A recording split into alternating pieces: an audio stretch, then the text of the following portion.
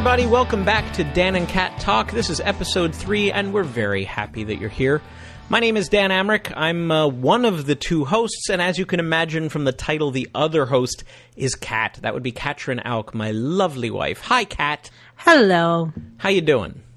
I'm doing okay. I'm excited to talk to our guest this week because I know very little about giant monster movies. Yes, we're talking about giant monster movies this week because here in the U.S., if you're listening in these United States, you know that Godzilla, Hollywood's latest recreation of probably the most famous, one of the most famous, we'll get into this, giant monster movies of all time, is coming out this month. And yes. This is not a genre with which Kat and I are familiar, let's just say. I mean, like I've seen a couple here and there, like of giant monster movies, but I don't think I've seen any Godzilla movies. Although you told me once that I had seen the one that came out in 1998 with Matthew Broderick. But you did. I have no memory of that. I think it's wishful thinking rather than reality, Dan. Okay, but in any case, our friend Lou Studdert is somebody that I met when I was working at Activision, and Lou quickly revealed himself to not just be a fan of giant monster movies, but he really knows his stuff. He's a film buff in general, but when I got him talking one day about giant monster movies and Godzilla and King Kong and things like that, he really, I was impressed with just how much he knew.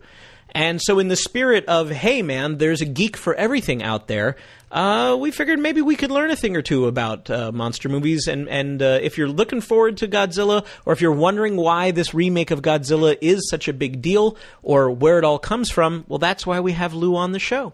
So here we go.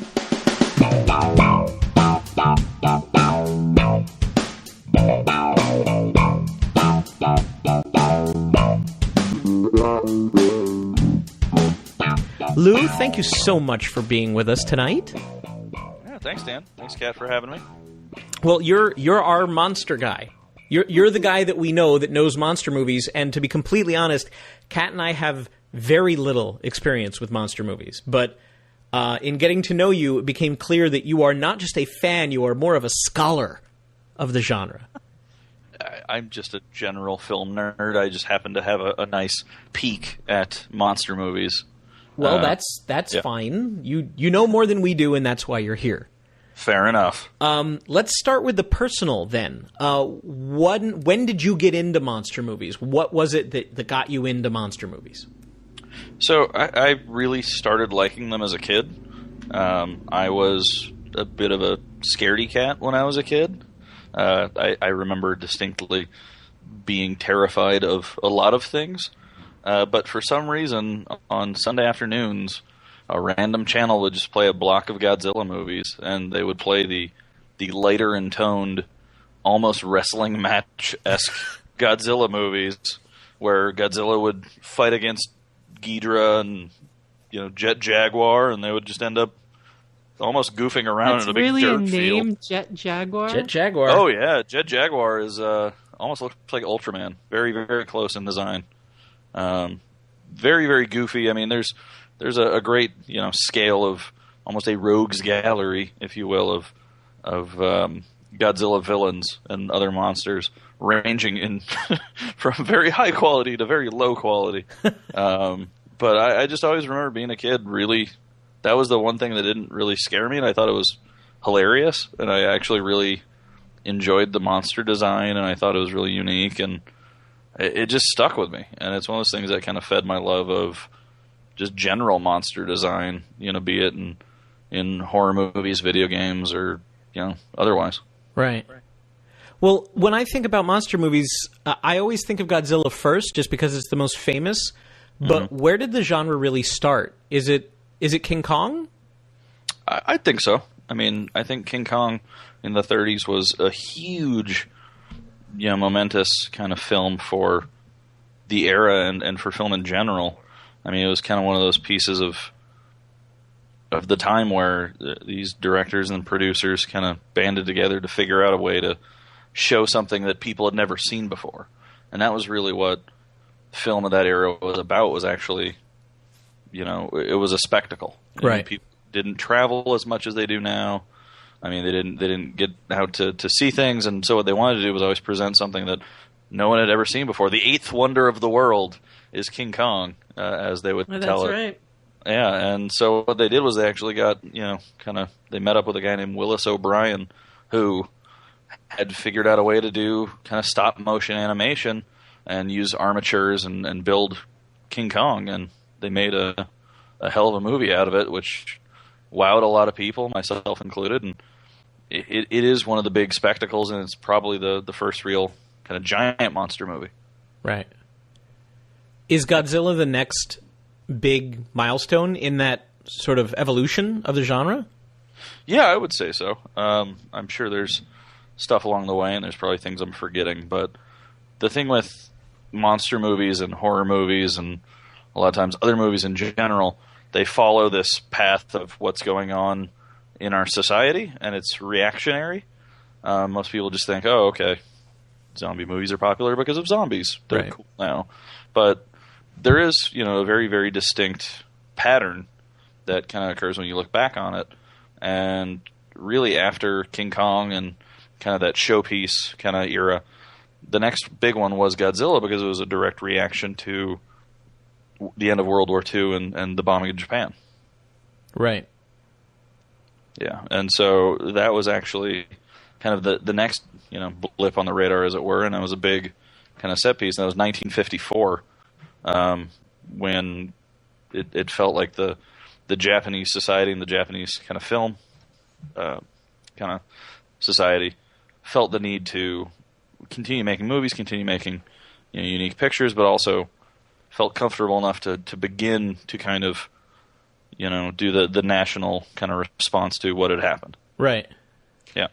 And do you think, because I think a lot of Americans, when they see the films, and I know that there's, a lot of the movies have social messages that are probably lost on, I'm going to say 80% of the audience that watches them.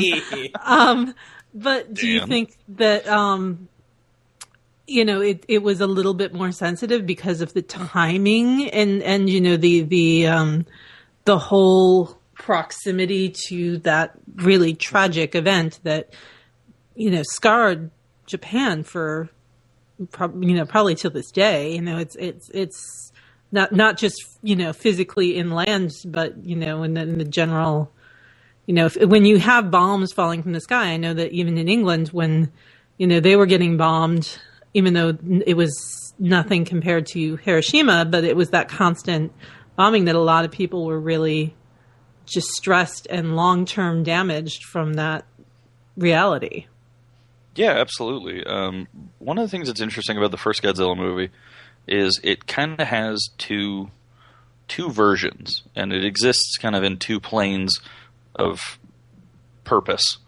The first purpose is really the Japanese release of it, which is the actual movie, titled Gojira, and it came out in '54. And the nuclear stuff isn't subtext; it is very, very much, on the forefront. I mean, the entire movie is a direct response. Like there was an event in Japan. There was a boat, I think, that was destroyed. Because of, I want to say, U.S. nuclear testing, called the Lucky Dragon, or the Lucky Dragon number 7, I think. And it was a big Japanese kind of news piece, as well as, obviously, the bombing of Japan. And the film starts with a small boat being taken out by the nuclear blast of Godzilla. I mean, it's very, very much in the forefront, and then the actual story of the movie is really... Wait, when you say the nuclear blast of Godzilla, is that something, is that him... Oh, yeah, Godzilla has radiation, like nuclear breath. Oh, okay. Yeah, because... You're really dealing with newbies with both of us, Lou. No, the only Godzilla film I've seen is the Matthew Broderick New York one. So, I've seen bits and pieces of the others, but I haven't really, There's a nickname for that Godzilla, which is, I think, Gino. It's Gino, Godzilla in name only. And it really does fit, because it has nothing to do but with... she has eggs, and Yeah. Where the Knicks play. What is that called? Madison Square Garden. Madison Square Garden, yeah. And there's a fake Siskel and Ebert, like, criticizing the movie as it happens. It's awful. But, yeah, so basically the first version of Godzilla Gojira, very, very nuclear forefront, and the plot of the movie is really these scientists trying to figure out a way to actually destroy Godzilla, who's become this nuclear force of energy, in a way that, you know, they end up actually having to try and create a weapon that's worse, and how conflicting that is. And the fact that they have to come up with this thing called the Oxygen Destroyer to actually defeat Godzilla, but how they don't actually want to even make it, in the fear that someone could actually get it and use it on other humans. Right. And so very, very 100% in the forefront is this nuclear tale. But then America, we actually saw it as a giant monster movie because really the film distributors bought it from Japan, got an American actor named Raymond Burr, filmed him as a newscaster on the scene, you know, during Godzilla's rampage, cut out all of the nuclear subtext, all of the tremendously phenomenal Japanese actors, some of whom like are notable for working with Kurosawa or in the Seven Samurai, or some of the best actors in history, cut them out, and then just slapped in this American journalist who, you know, is kind of our key to it, and then dubbed everything. And so you're saying it's not our fault that we didn't get the subtext because it was removed? Yes.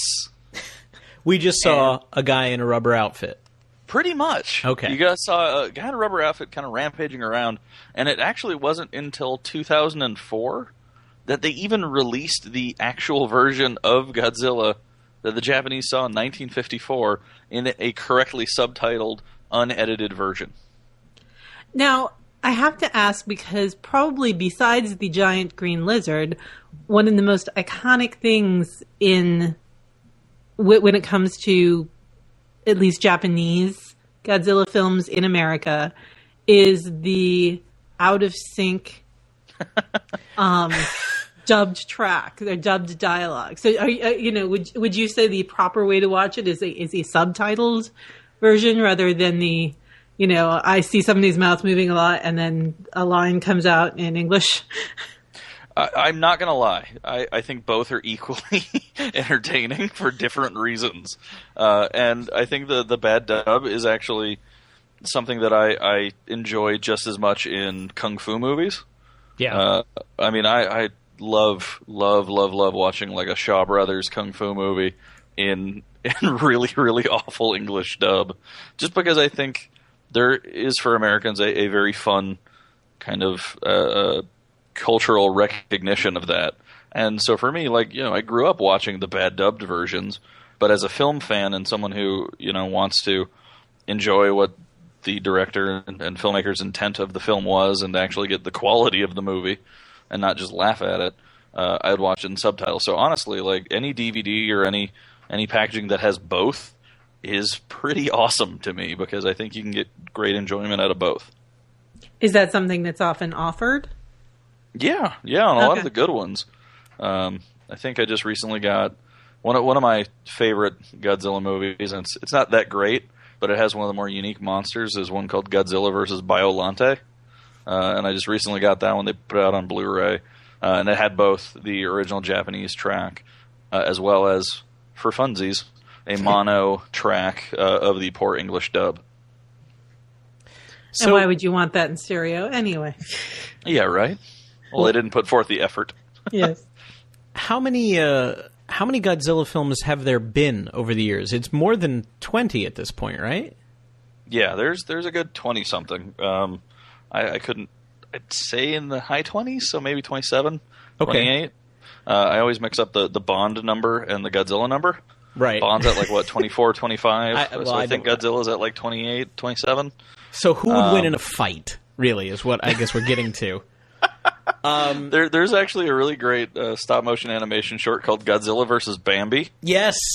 That was one of the first, really big alternative animation projects I remember seeing in the 90s. Yeah, it was like a Spike and Mike Sick and Twisted Animation Festival kind of winner there. Godzilla wins, yes, if I recall. Yeah. Just a bit, yeah. Godzilla's foot. But, I mean, I remember seeing a lot of, you mentioned... Okay, according to the internet, there's 28 Toho movies produced, one TriStar movie, and the legendary Warner Brothers picture coming out, so 30 official Godzilla films. Okay. I do not... No. Remove that TriStar. remove Gino, please. It's still an official Godzilla film.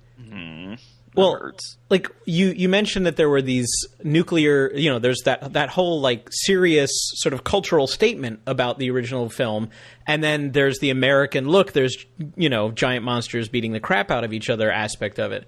And I remember a lot of other films from the 50s. I saw The Blob. I remember giant ants being in a film called Them. And yet Godzilla is the one that people keep pointing to now. Godzilla is the thing that keeps coming back, whether you necessarily like how it comes back. I mean, I have vague memories of a Godzilla cartoon from the late 70s, early 80s. Oh yeah, with Godzuki. With Godzuki, right? Like it just seems like. Is that like the Scrappy of Godzilla? It was the Scrappy-Doo of Godzilla. It is exactly 100%. You are right on the nose. Wow. Yep. What is it about Godzilla that makes it more enduring? Like, we're not seeing a revival of Them with giant ants. We're not seeing a revival of Night of the Lepus, which was one of the first monster movies that I remember seeing with Kat. Kat had seen it first. It's giant rabbits taking over what is it, a farm town, Kat? It's no, they're taking over the desert. There's in the desert because the child of two scientists who are doing some sort of experiment tell her she can have one of the lab bunnies, and she takes an infected one instead of the uninfected one. I don't know, and the bunny gets free. It runs away from her and breeds, and then we have giant bunnies in the middle of the desert with a farmhouse there. Yeah. Of course. But what makes Godzilla more enduring than some of these other takes on the monster genre? Especially the giant monster. Yeah. Yeah, I mean, I think it just comes down to it being kind of the first. That and they were incredibly nimble. With sequelizing it, I don't think people gave it enough credit. But even today, movies will try and get a sequel out, and there's a good span of time there. Godzilla, the first one in 1954, was such a big hit. They pumped, the sequel out. I think the year later. Yeah, 55. Obviously the quality took a strong hit, but at the same time, they were able to capitalize on it and get a strong foothold before anyone was even able to kind of bring in another monster. Now, you've been talking about the first movie, and the first movie is, how do you say it? Gojira. It's Gojira. When did Gojira become Godzilla? When it was brought to America. The first movie is Gojira in Japanese, or in Japan, and in America it's Godzilla, King of the Monsters. So was it always, like, if you had, like, when this new Godzilla film comes out in Japan, is it going to be Gojira? I would assume so, because really Godzilla is just kind of an anglicizing of the sounds that I think the words that they're using. It's Gojira. phonetic. It's just kind of a phonetic change, which is kind of funny considering how the Zilla ending has lasted. Yeah, I think even more so than people's remembrance of the movies. The term Zilla, with bridezillas and just anything like that has lasted. But I think it is now also, shortcut for monster. Yeah, it really is. It has become synonymous with something that is monster. It's entirely synonymous with monster. But I think that's just because of Toho, which is the Japanese film company that put out the films, getting that strong foothold, but also kind of going with the times, changing, with the currents of film. It started as a really dark, kind of very, very, dire type movie, and then just ended up evolving or devolving, as it were, along the decades to kind of fit what fans had wanted. So when Godzilla starts, he's, complete dark force of nuclear energy and nature, and then ends up becoming the savior of Tokyo in Japan who fights off other monsters, all the same time destroying as many buildings as possible, but still saves, humanity countless occasions. You know, you gotta fight off the Ghidorahs and Gigans of the world. And do you think and then aliens as well. Do you think with this new movie coming out, are they returning to the roots? Is it going back to that sort of dark? I'll ask this a different way. If you hated the TriStar version and Hollywood is not known for high quality remakes, what gives you any hope at all that this new film is not going to suck? Twofold. One is actually directly what Kat was referring to, is they seem to get it. They seem to get what made the original one so compelling. And the first piece of kind of trailer or information that anyone got about it was a trailer, I think, that it even leaked, that was actually timed to Robert Oppenheimer's speech about the nuclear bomb, which ended with the "I am become death, the destroyer of worlds." And it was this chilling kind of thing where it just showed destruction, and you actually had the voiceover of Oppenheimer just basically talking about the nuclear bomb until it ended and you heard the Godzilla roar, and then it just said Godzilla. And immediately I'm like, okay, at least their marketing team gets it. Yeah. And well, I was floored. This new one is a joint Japanese and American film. It's not just an American film company. It's also... It's Legendary and Toho, and they got kind of the Toho buy-off on it. And I think their first kind of success was getting the right director and then the right people to work on the script. And the director actually made on a shoestring budget, an indie giant monster movie, which easily enough was called Monsters. And it's I like direct advertising. Yeah, I like to know what I'm going to get when I go to the films. What's actually funny is that you don't. It's the opposite. And what he did was he actually made a movie about these two people, and it exists in a world where basically there was some sort of alien thing that contaminated. I think it was like the southern United States and Mexico, and it's this guy who's basically couriering a rich girl for her father through the contaminated zone. And with a shoestring budget, they get this feeling of basically giant monsters being this force of nature and how humanity reacts. And the actual payoff of the movie is a very quick kind of shot of the monsters who aren't entirely what you were kind of seeming they would be throughout this entire film. And he focused on the drama that comes from a giant monster attack, not necessarily just the fright and the scares of a giant monster attack. Right. And that was instantly what kind of sold me on this guy. It's Gareth Edwards, I believe. Is really that he gets that what could potentially make a Godzilla movie so interesting for people now, and what could make a monster movie so interesting is the drama out of it. I mean, it's one of those things where obviously giant monsters don't exist.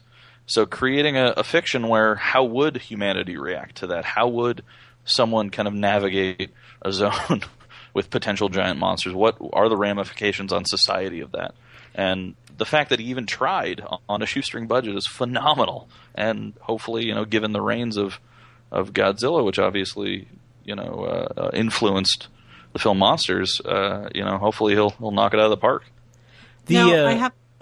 Oh, sorry. The other... What?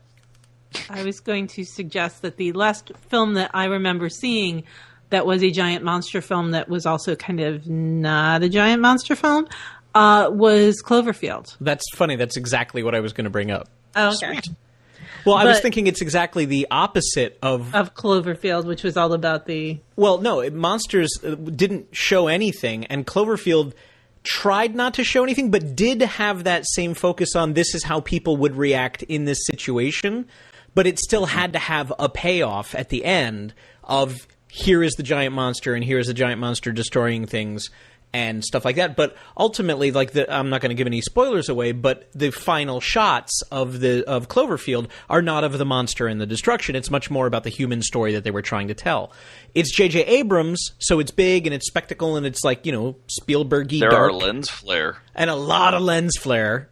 See, I don't mind the lens flare. Everybody gets just all caught up in the lens flare. I just think it's doesn't funny. bother It's just me. a signature. It's like doves, in a woo film.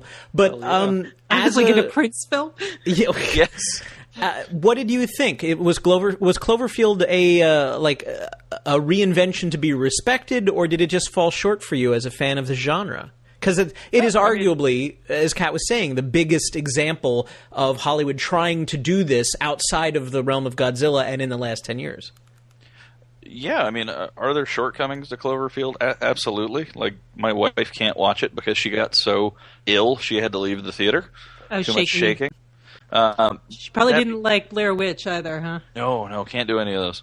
But for me, I really enjoyed it. I mean, if you think, compared to the TriStar Godzilla, how far they got, in progress, they actually made a great effort. And I thought, Cloverfield, it's got a couple gimmicks too many. Mm-hmm. For some reason, they decided to take as you said, the Blair Witch, or even before that, historically, the Cannibal Holocaust kind of framing device. There we go. Which wondering when we would get to Cannibal Holocaust. Right? Yeah.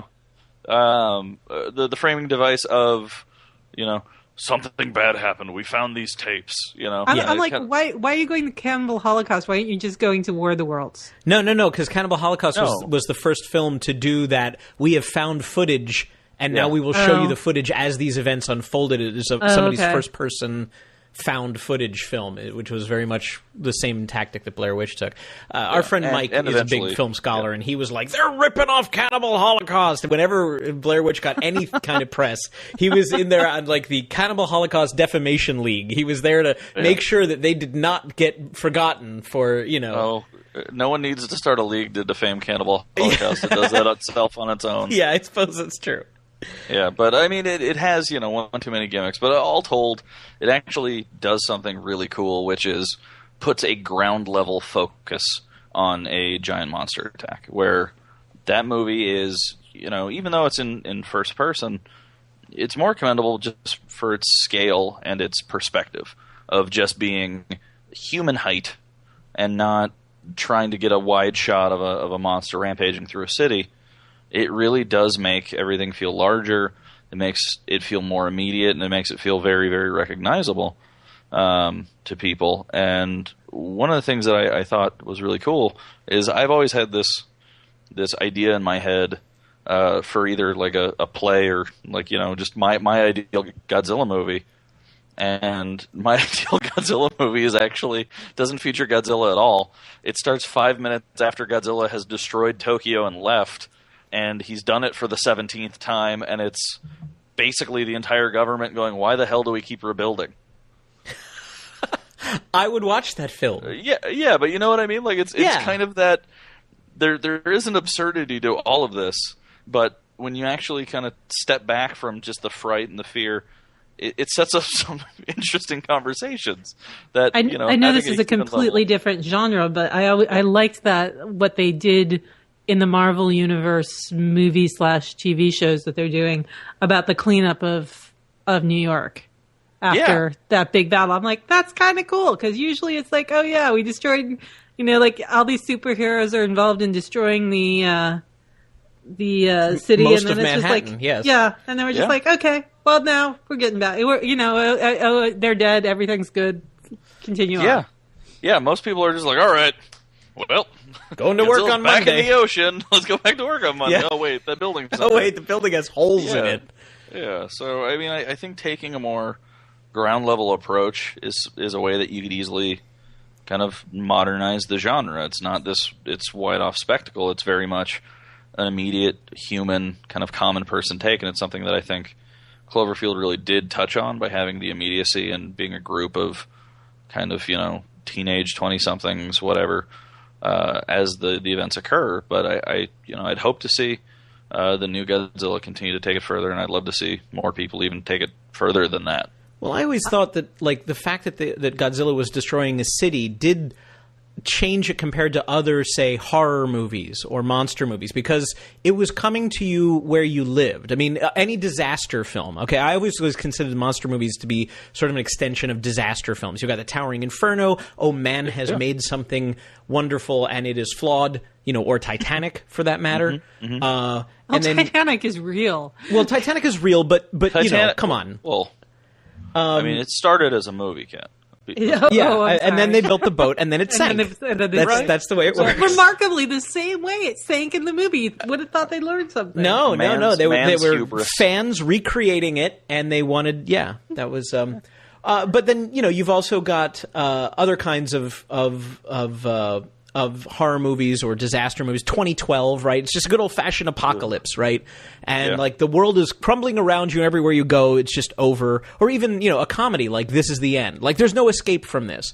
But the idea that Godzilla would come into the one major metropolis and destroy it, and I saw that in Cloverfield too, where it's like the monster is coming to your turf. You don't even know what you did or what happened, because part of Cloverfield, my favorite part of Cloverfield actually, was this elaborate ARG that explained the backstory, which is never explained in the film. Slusho. Yeah. Slusho. I'm very proud to have a Slusho hoodie, because I was a really big fan of Cloverfield. I thought it was a lot of fun.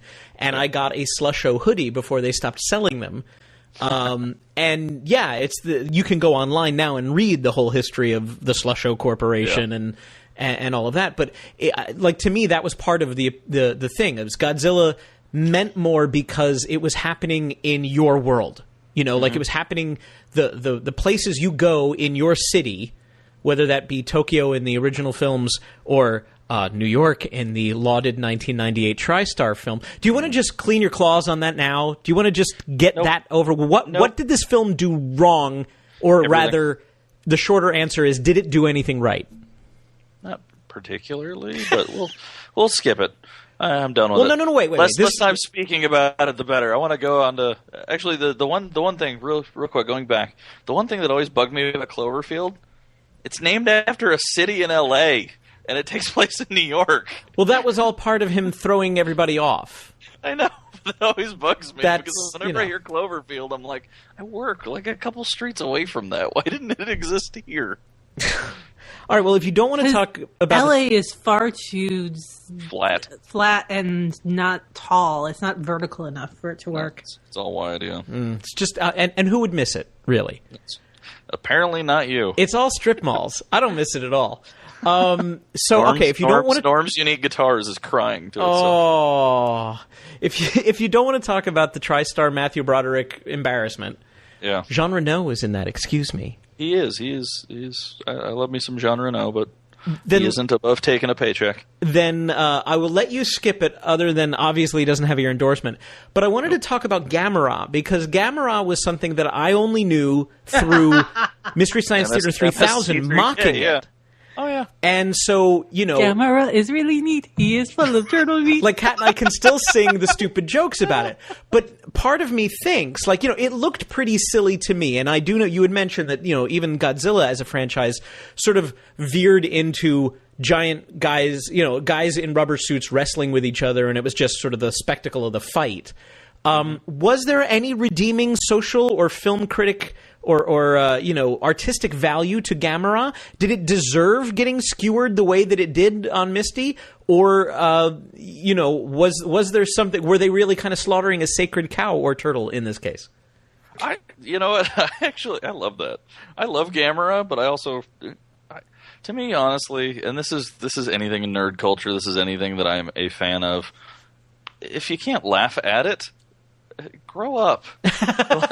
Honestly, I think that stuff's hilarious. Do I love watching Gamera on its own? Absolutely. Would I begrudge anyone watching it with MST3K? Hell no. It's hilarious. It's a turtle with rocket feet. What sacred cow can you possibly have? Rabbit. You guys, there is a very, very distinct genus of turtle with rocket feet that, I don't know what they're talking about there. The lore of Gamera, obviously, clearly... No! It's a freaking giant turtle with rocket feet. Well, I mean, it looks silly on the outside, but if you know, if you're an American and you don't get sort of the deeper subtext of what Godzilla represented, I was wondering, I'm like, well, I wonder if this was also kind of more of a cultural statement. And you're saying that it's not. I mean, honestly, a lot of them are kind of the Me Too's. Right. They just happen to be one of the better Me Too's. I assume that Gamera was used by Mystery Science Theater 3000 for the simple reason they could get the rights.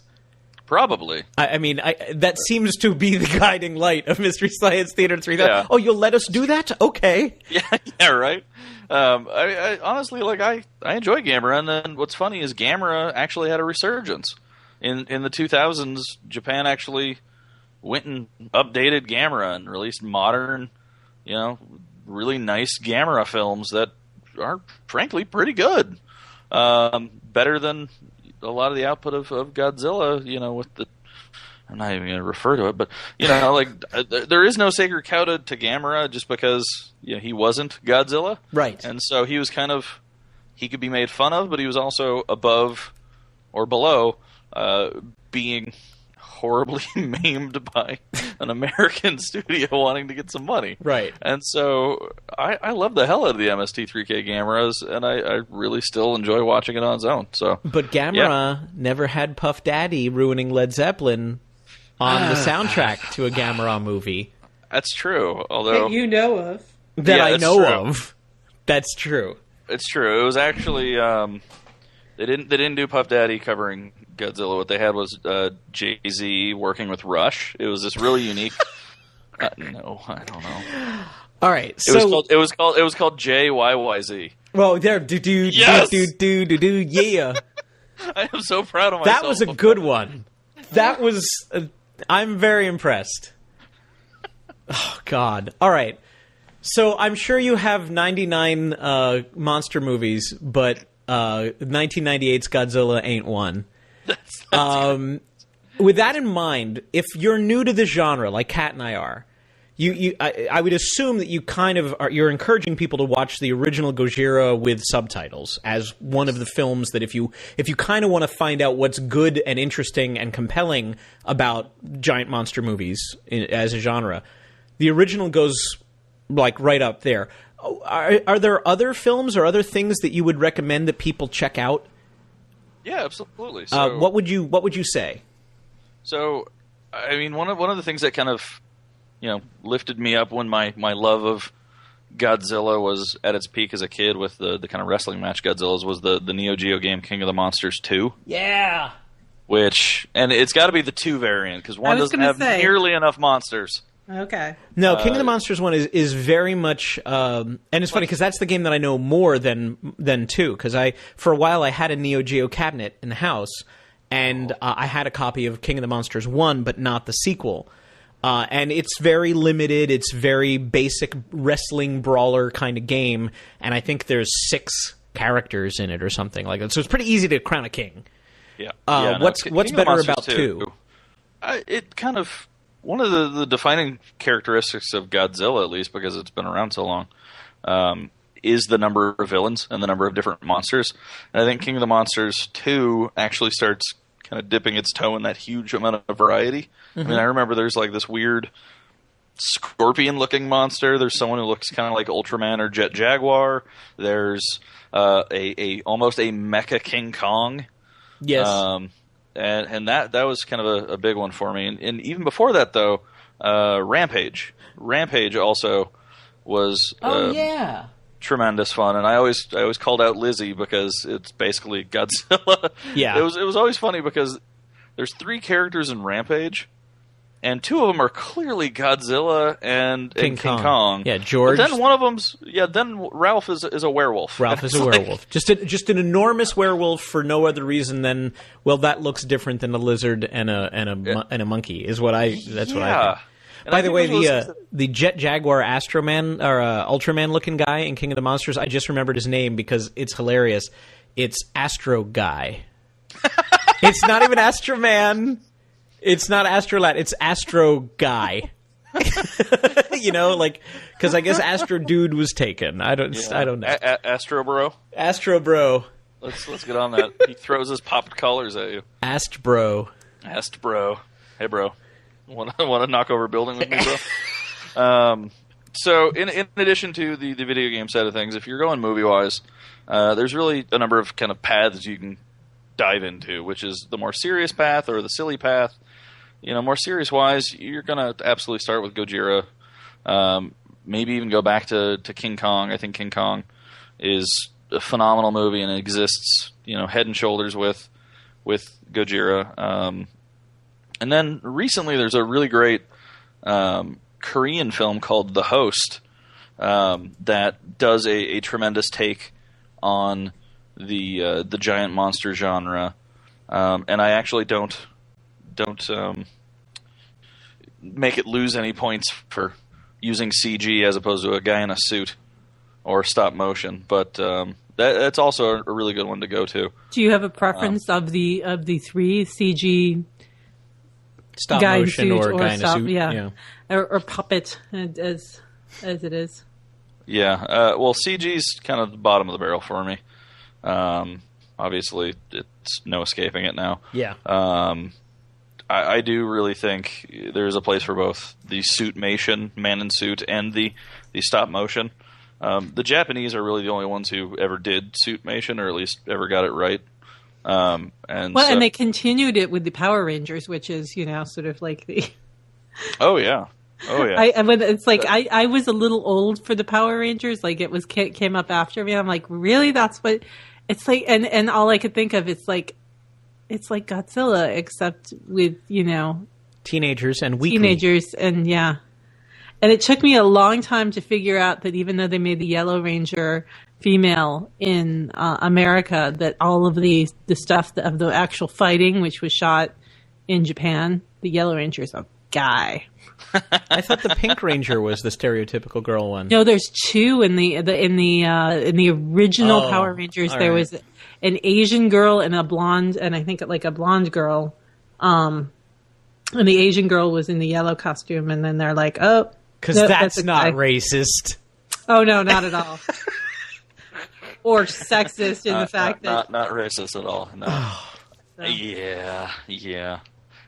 Yeah, so the Power Rangers were something that I kind of avoided for the most part. But kind of the other stuff that there is in kind of that sillier vein of things is really just the different eras of Godzilla. I mean, there's kind of these different chunks of time where it goes from being really serious to wrestling match to having crazy monsters to, very, very detailed destruction mixed with almost anime type storytelling.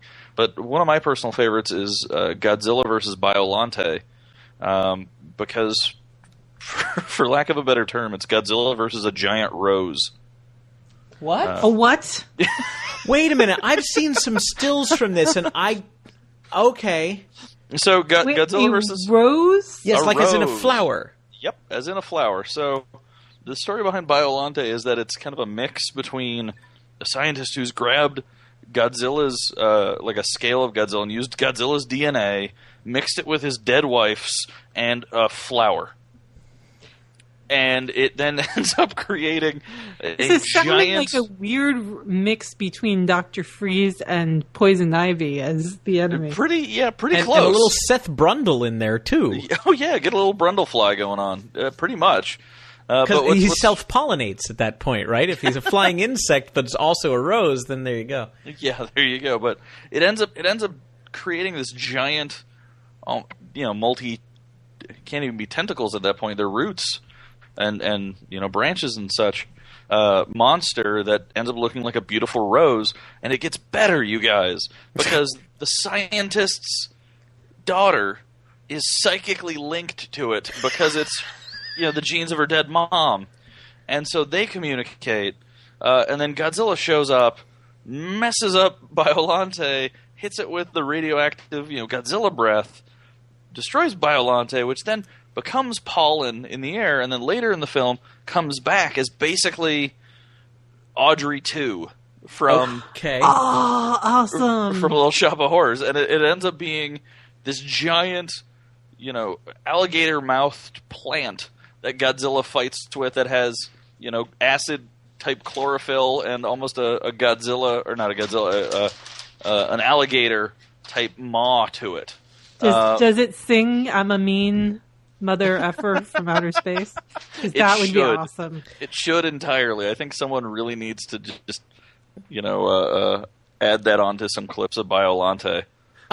Is this a film that you have to be enjoying adult beverages to truly enjoy, or is this something that you can watch sober and have silly fun with it? Oh no, you can have a blast with this one. I think it's absolutely hilarious. All right, mostly, but also I appreciate it from the stance of the fact that Biollante is the biggest suit they ever made. Biollante is freaking huge, and once you get past the idea of, yep, that's Godzilla fighting against a giant rose, it's really impressive. I mean, from a craftsmanship standpoint, this thing's massive. It looks cool. It's a really, really impressive piece of work, and that's one of my favorites for the sillier ones. And then if you want to go into the kind of Royal Rumble of Godzilla movies, the older one is Destroy All Monsters, which is basically, I think there's something like 12 different monsters in that. Oh my goodness. And so you get Mothra, Gigan, Anguirus, Godzilla, Mechagodzilla, Ghidorah, all these guys just rumbling on Monster Island. Monster Island. It's conveniently named because we stuck all the monsters there. Yes, it's very, very conveniently named. And then the one that they had made prior to the new Godzilla coming out, they had ended the Toho Japanese string of Godzilla movies a couple years back with something called Godzilla Final Wars, and it's worth watching just because it is kind of that destroy all monsters, like everyone in the kitchen sink of all the different monsters.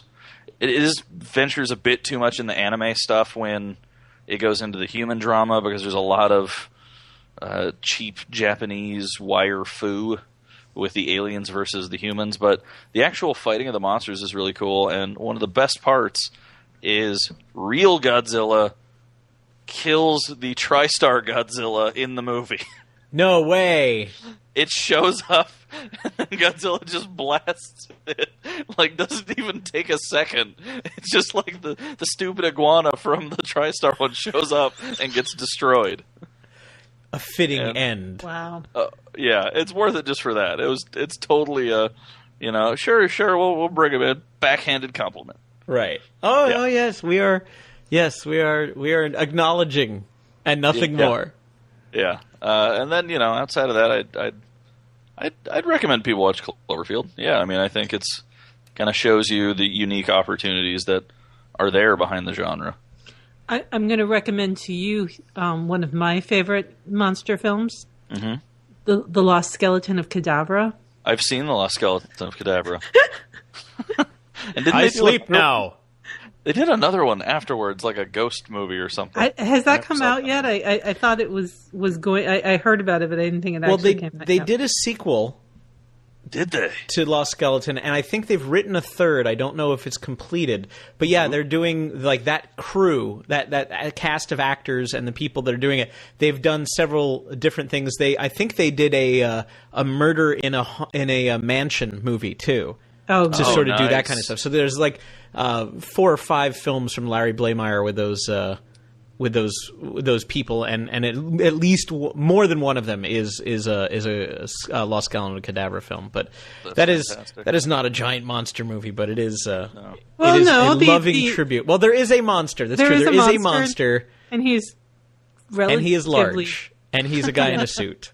And he's a guy in a suit. Yeah. So the last thing that I would recommend, and this is just because I actually have it sitting in front of me for this, there is a book called, and once again I will butcher a Japanese name up and down, but it's EJ or EG Tsuburaya, Master of Monsters, and it's the guy who created the Godzilla suit and invented Ultraman.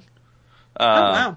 And it's just this book about the history of the genre, the history of it, but from the kind of the suit perspective, and showing, how they actually got better at it and the history behind all of it, and how it ended up just getting to be kind of huge. And there are some really, really great behind the scenes pictures of directors in color, like walking next to a Godzilla monster that's actually their shoulder height. Right. And so the scale is absolutely astounding when you start seeing the film tripod being as tall as Godzilla. Yeah, it totally messes with your brain. I was sad when I saw pictures of Stay Puft Marshmallow Man. It was a guy in a suit, and he's on a set, and I'm suddenly like, oh, those are tiny little car. Okay, never mind. Yeah. Like, I was a fool for believing that there could be a 30-foot-high Marshmallow Man. Yeah. All right, well, would you like to play a game? Hint, the answer is yes. This is a very War Games Shall situation we play a game? The only way to win is not to play. No. No, there is a way to win, and the way to win here is playing. Do you want to do it? Yes, sir. All right, here we go. You must choose. So the game is obviously called You Must Choose, and it's very simple. I'm going to read you two things, like a pair of things, like, shoes or sandals. And you just tell me shoes or sandals. Okay. And we're going to do that for 30 seconds. We're going to cram as many things in as we possibly can. Kat will time us. Okay. And then we'll be good to go. And so these are going to come from a long list, and they're going to basically be random. I'll try to do things that I think you might have some knowledge of, but these are going to come from all over the place. You ready? All right. Are you prepared? As ready as I'll ever be. We will go when... Kat, are you ready to time? I'm ready to time when you finish reading the first question. When I finish reading the first one, the time starts. Okay. All right. Here we go. Hunger Games or Battle Royale? Battle Royale. Space Ghost or Blue Falcon? Space Ghost. Transformers or Voltron? Transformers. Canada or Mexico? Mexico. Sound of Music or The Music Man? Ooh, Sound of Music.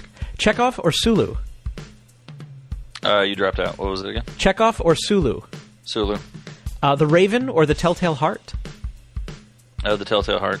Marilyn Monroe or Grace Kelly? Grace Kelly. Jackson 5 or The Osmonds?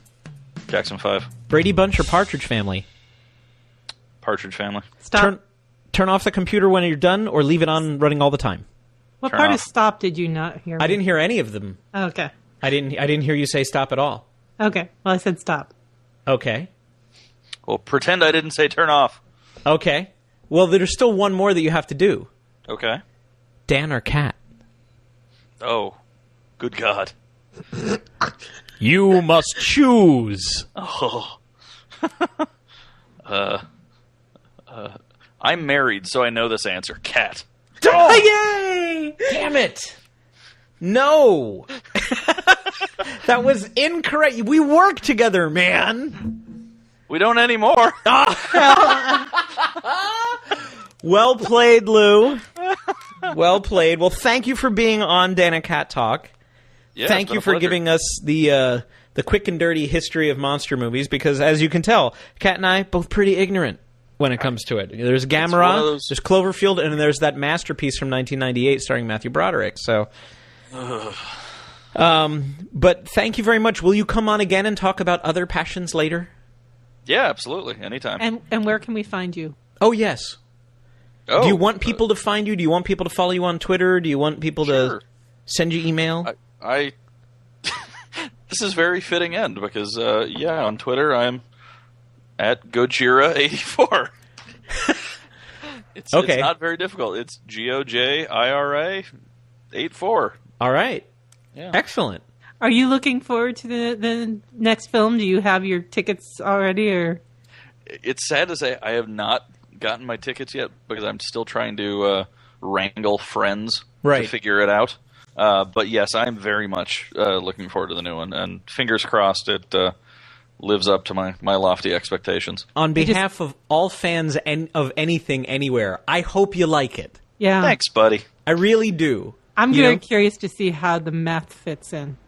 Yeah. How the what? How the meth fits in, because Bryan Cranston is in it, so there has to be meth.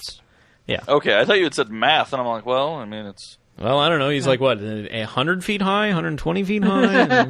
Actually, triangulate the angles. They made him bigger than he's ever been. I think he's something like 300 feet in the new one. He's massive. Okay. Well, I hope you dig it. Fingers crossed. Thanks, man. Yeah, thanks again. They really aren't. Thanks very much, Mr. Knuckles. Yes, this is emergency tech support. What is the nature of your emergency? I'm sorry, can you say that again? No way, you've got to be kidding. Yes, of course, I do understand the issue.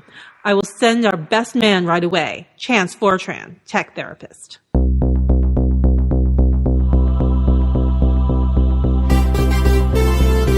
Yes, it's Chance Fortran, tech therapist.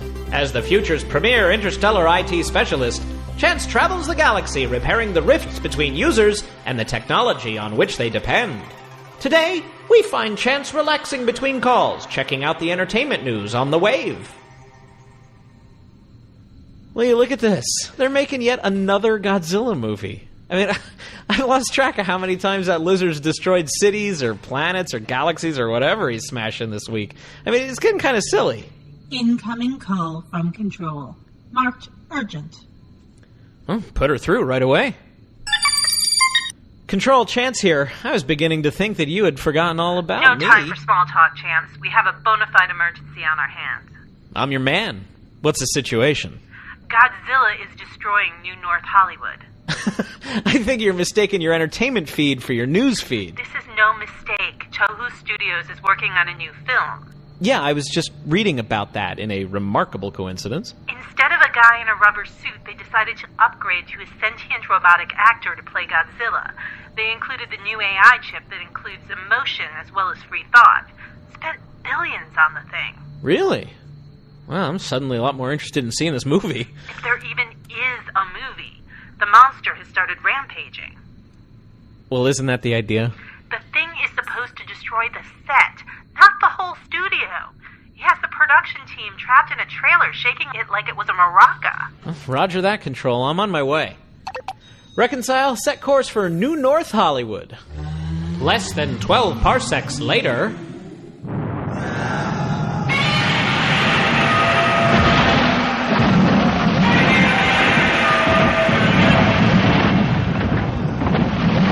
Reconcile, can you hear me? Your communicator is functional. I'm having trouble getting a reading. Can you give me a boost? Enhancing scanner array now. Ah, that worked. Thanks. Let's see. It looks like Godzilla's voice chip has been locked on scream only. If I switch to English, I might be able to figure out the problem here. Seriously, you guys! You didn't think I wouldn't notice when you make plans for drinks after work? Hey! Ever think of inviting me? No! Why not? Why would you? I'm just the star of the movie. The glue holding it all together? Excuse me, Mr. Zilla. I hate to interrupt, but may I have a word? What do you want? Oh, jeez. I'm so sorry. How terribly rude of me. I'm afraid you caught me in a bit of a mood. What can I say? Temperamental artist. No, that's okay, but you seem to be having quite a disagreement here, and the studio asked me to try and smooth things over. Really? Did they? Oh, man. I gotta say, I'm quite surprised. They really haven't been listening to any of my requests. Well, actually, I think there's been some sort of a communications error. Tell me about it. Feels like we aren't even speaking the same language. Yeah, something like that. Anyway, I sense there's a lot of frustration here. How can I help you remove some of that? Honestly, I just want to be treated like a human being. My trailer's basically a crate. Craft services won't serve me. And the director ignores my request to discuss motivation. I mean, I know I'm playing a monster. But does a monster not sleep? Does a monster not eat? Does a monster not need to know what he's feeling when smashing through a transit system? Shakespeare, right? I love the Bard! I'm actually playing Shylock in a summer stock production after this wraps. Well, that's great. Look, let me talk to management about this, because I think we can all work this out so that everybody feels respected and valued. But no more destroying the studio in the meantime, okay? Yeah, sorry. My blood sugar's kind of low.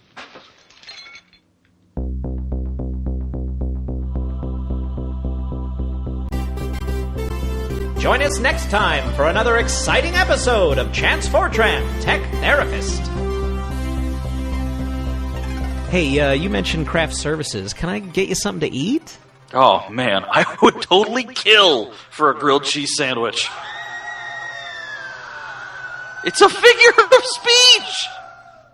What do you make of that, Al? Godzilla!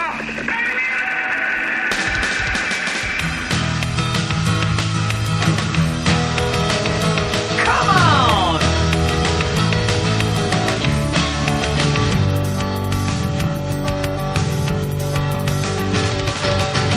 Godzilla went to Bob Big Boy to grab a bite to eat. The mighty lizard was hungry. He wasn't wearing shoes, and he did not own a shirt. That's where the trouble began. The waiter said, "Can't you read? It says it right there on the door. No shoes, no shirt, no service." This made Godzilla sad, and he grew very mad. This policy hurt his feelings.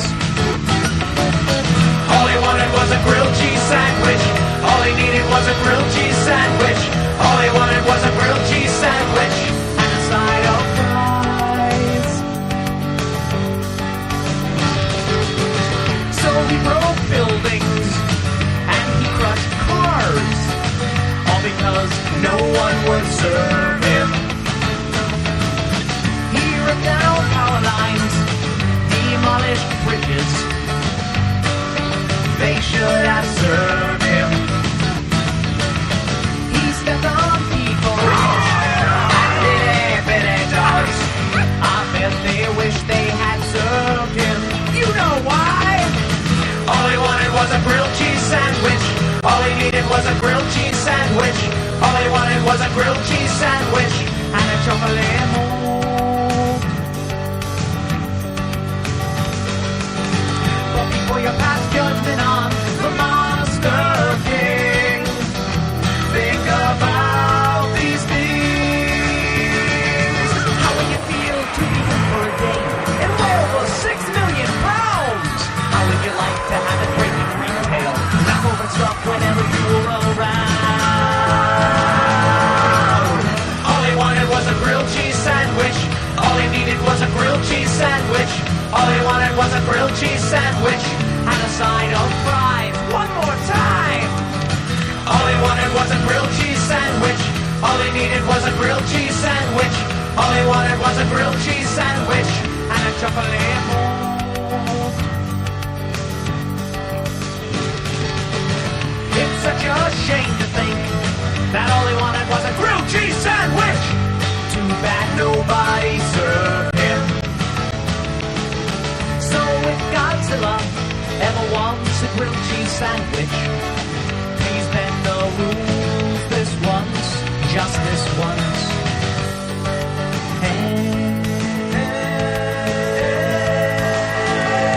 And serve him. He's leaving. But he will be back. That is it.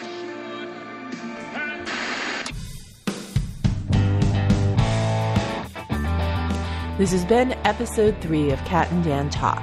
If you have any questions or comments, you can find us on Twitter at Cat and Dan Talk or email us at catanddantalk.com. Chance Fortran, Tech Therapist, is written and directed by Katrin Auch and produced by Dan Amrich. Grilled Cheese Sandwich was written and performed by Deacon Gressler. This has been a Play Record Pause production.